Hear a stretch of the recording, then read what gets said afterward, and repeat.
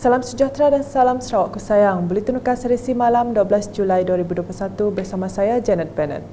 Tumpuan berita malam, pandemik COVID-19 memberi impak kepada kesejahteraan komuniti serta menyumbang kepada pelbagai isu sosial dalam masyarakat seperti kesihatan mental.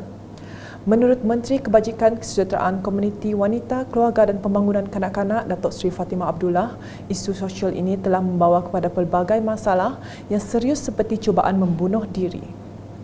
Jelas beliau, kes bunuh diri di Sarawak menunjukkan tren membimbangkan dengan meningkat bagi 5 bulan pertama dalam tahun 2021. 20, 46 dan kita lihat pada sampai pertengahan tahun ya ataupun sebelum pertengahan tahun Januari to Mei 2021 sudah ada 37. So we can see that the trend there.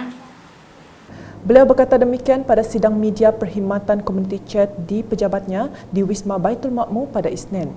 Mengulas lanjut berkenaan perkhidmatan komuniti chat itu, beliau berkata ia adalah penjenamaan semula perkhidmatan telekonseling Jabatan Kebajikan Masyarakat Sarawak JKMS di mana mereka telah mula bekerjasama dengan agensi lain. Katanya perkhidmatan itu juga bagi memudahkan masyarakat yang memerlukan khidmat kaunseling. Now, community chat ini rebranding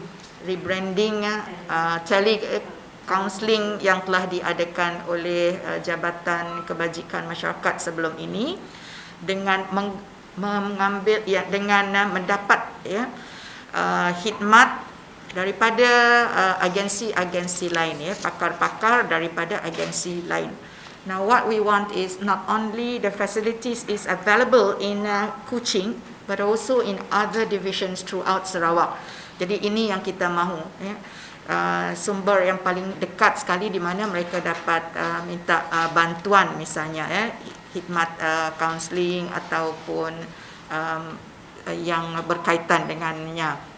Dalam pada itu, Datuk Seri Fatimah menambah individu yang memerlukan perkhidmatan komuniti chat boleh terus menghubungi bilik gerakan operasi COVID-19 di seluruh Sarawak.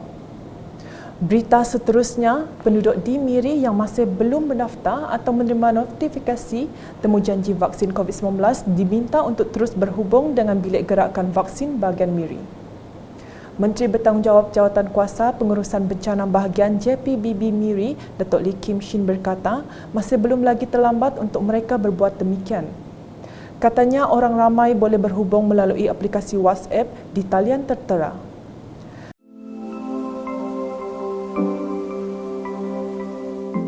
Sementara itu, bagi warga Miri yang berumur 18 tahun dan ke atas yang masih belum berdaftar atau menerima sebarang notifikasi temujanji, vaksin sehingga kini boleh menghubungi bilik gerakan vaksin bahagian Miri di talian.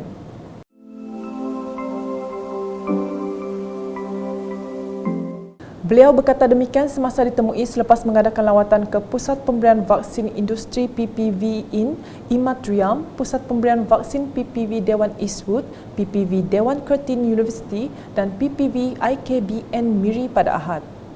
Lawatan bertujuan memantau keadaan dan pencapaian bilangan penerima vaksin di pusat-pusat berkenaan dan rancangan untuk minggu hingga bulan akan datang. Selanjutnya, laporan mengenai tinjauan adun murum Kennedy Chok Pai Ugon pada Sabtu ke program vaksinasi bergerak yang diadakan di Pusat Pemberian Vaksin PPV Dewan Serbaguna Sungai Asap.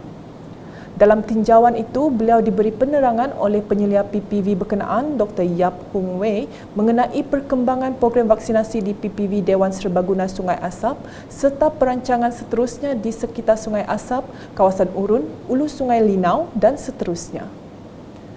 Sejurus selepas itu, Kennedy menyertai Ahli Parlimen Datuk Wilson Ugak Kumbong dalam program pengagihan bakul makanan melalui Ahli Parlimen Malaysia di bawah pakej pelindungan rakyat dan pemulihan ekonomi pemulih negeri Sarawak untuk kawasan Hulu Rajang.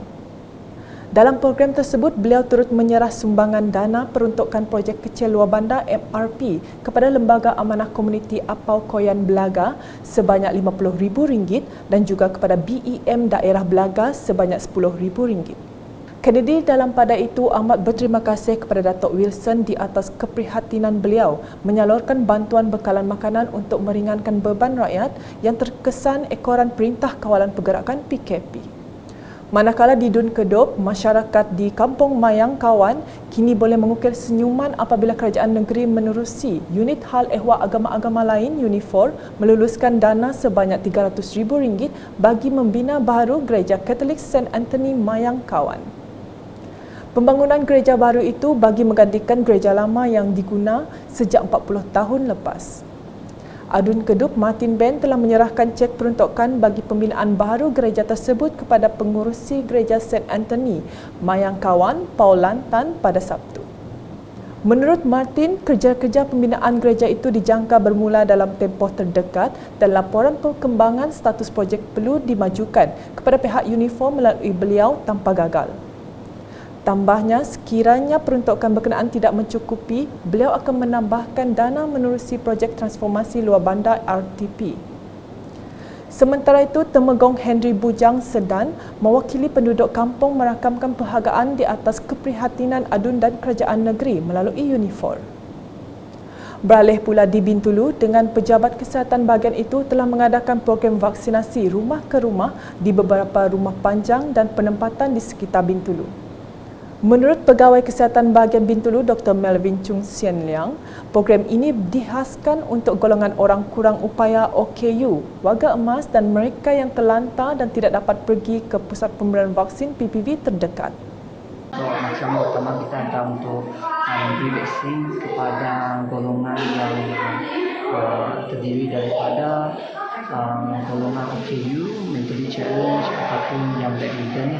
So di mana mereka mempunyai kesukaran untuk datang ke pusat pemberian vaksin kita. So kita telah mengambil inisiatif kita untuk datang ke rumah panjang, rumah teres, rumah flat untuk memberi vaksin kepada mereka semua. Beliau berkata demikian semasa ditemui dalam program outreach mobile rumah ke rumah yang diadakan di Rumah Engkabang, Taman Yan Min, Taman Kemenang Raya, Tanjung Batu dan Taman Sea View pada Ahad. Seramai 5 warga emas dari Rumah Engkabang dan 5 warga emas, OKU dan pesakit terlantar di sekitar Bandar Bintulu telah menerima suntikan vaksin. Mengulas selanjut, Dr. Melvin menambah program vaksinasi rumah ke rumah ini akan diperluaskan ke seluruh bahagian Bintulu. Program ini adalah di seluruh bahagian Bintulu, iaitu termasuk Apang, termasuk Sebang, Jepat dan sebagainya. Senarai nama penerima yang terlibat dalam program ini diperolehi daripada Pejabat Pusat Khidmat Ahli Parlimen Bintulu dan pertubuhan bukan kerajaan NGO serta pengkalan data Pejabat Kesihatan bahagian Bintulu. Masih dengan laporan program vaksinasi, seramai 2,395 individu sudah menerima vaksin di Pusat Pemberian Vaksin PPV Dewan Seri Patu setakat ini. Tinjauan yang dilakukan pada Sabtu mendapati seramai 400 orang lagi menerima suntikan dos vaksin yang kedua. Program imunisasi di PPV tersebut berjalan lancar dan terkawal dengan para penerima mematuhi prosedur operasi standard SOP yang ditetapkan. Di Mukah, seramai 360 penduduk sekitar Dalat dan daerah kecil Oyak menerima vaksin dos kedua di Pusat Pemberian Vaksin PPV Stadium Perpaduan Dalat pada Ahad.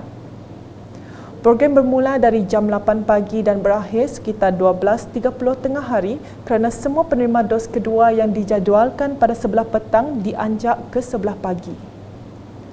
Ketika ditemui, rata-rata penduduk bersyukur kerana telah melengkapkan 2 dos suntikan dan amat berterima kasih kepada semua yang terlibat membantu memudahkan urusan mereka.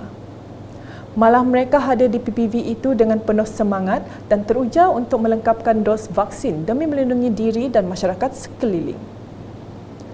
Sekian edisi malam bersama saya, Janet dan kru penerbitan. Berita lebih lanjut boleh didapati di semua platform media sosial UKAS termasuk portal ukas.sarawak.gov.my dan pastikan anda subscribe ke channel di YouTube. Salam UKAS.